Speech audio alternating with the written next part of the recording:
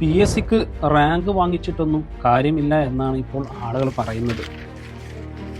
ഇങ്ങനെ പറയാൻ കാരണം റാങ്ക് പട്ടികയിലെ ഒന്നാം പേരിന് ഈ നാട്ടിൽ എന്താണ് വില? വർഷങ്ങളുടെ കഠിനാധ്വാനവും ഒരു കുടുംബത്തിന്റെ ആയുസ്സിലെ മുഴുവൻ പ്രതീക്ഷയുമാണ്.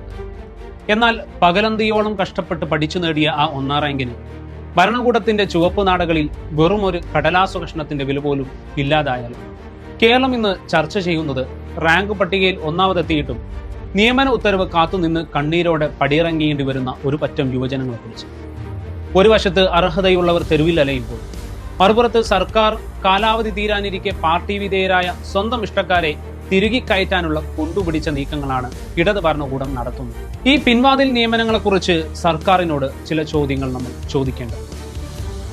നമ്മുടെ മെഡിക്കൽ കോളേജുകളിലും സർവകലാശാലകളിലും ഇത്തരത്തിൽ എത്ര കരാർ നിയമനങ്ങളാണ് നടന്നിട്ടുള്ളത്? വിവിധ ബോർഡ് കോർപ്പറേഷനുകളിലും PSC വഴി നിയമനം ഇല്ലാത്ത സ്ഥാപനങ്ങളിലും രാഷ്ട്രീയ സ്വാധീനത്താൽ എത്ര പേർ തിരുകി കയറ്റപ്പെട്ടു? ഇവരിൽ എത്ര പേർ മാത്രമാണ് എംപ്ലോയ്മെന്റ് എക്സ്ചേഞ്ച് വഴി വന്നത്? നിബന്ധനകൾ ലംഘിച്ച് എത്ര പേരെയാണ് ഈ സർക്കാർ തിരക്കിട്ട് സ്ഥിരപ്പെടുത്തിക്കൊണ്ടിരിക്കുന്നത്? ഇത് പിൻവാതിൽ നിയമനങ്ങളുടെ ഒരു ഉത്സവമായി മാറിയിരിക്കുന്നു.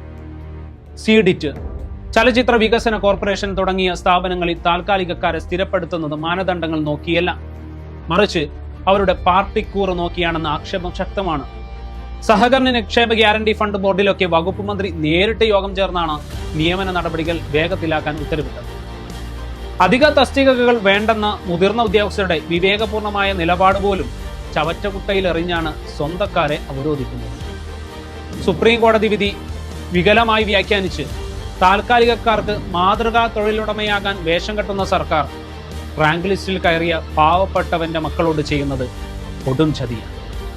10 വർഷം പൂർത്തിയായവരെ മുമ്പ് മാനുഷിക പരിഗണനയിൽ സ്ഥിരപ്പെടുത്തിയപ്പോൾ ഇനി ഇത്തരം നിയമനങ്ങൾ പാടില്ല എന്ന് ഹൈക്കോടതി കർശനമായി പറഞ്ഞതാണ്. ആ ഉത്തരവിന് പുല്ലുപോലെ കരുതി വീണ്ടും പിൻവാതിലുകൾ തുറക്കുമ്പോൾ ഹൈക്കോടതിക്ക് ഇപ്പോൾ ചീഫ് സെക്രട്ടറിയിൽ നിന്ന് റിപ്പോർട്ട് തേടേണ്ടി വന്നിരിക്കുന്നു. യോഗ്യതയുള്ളവർ തെരുവിലും യോഗമുള്ള പാർട്ടിക്കാർ പിൻവാതിലൂടെ അകത്തും. PSC പരീക്ഷയേക്കാൾ വലിയ യോഗ്യത പാർട്ടിയോടുള്ള വിധേയത്വമാണെങ്കിൽ സാധാരണക്കാരായ ഉദ്യോഗാർത്ഥികൾ എന്തിനു പഠിക്കണം? ഈ അനീതിക്കെതിരെ കേരളം നിശബ്ദമായിരുന്ന വരാനിരിക്കുന്ന തലമുറക്ക് ഈ സംവിധാനത്തിലുള്ള വിശ്വാസം തന്നെ എന്നേക്കുമായി തകർന്നടി. സർക്കാരിന്റെ കാലാവധി തീരാൻ ദിവസങ്ങൾ മാത്രം ബാക്കി നിൽക്കെ ഈ തിരുകിക്കയറ്റൽ ആർക്കു വേണ്ടിയാണ്? ഉത്തരം പറയേണ്ടത് ഭരണകൂടമാണ്.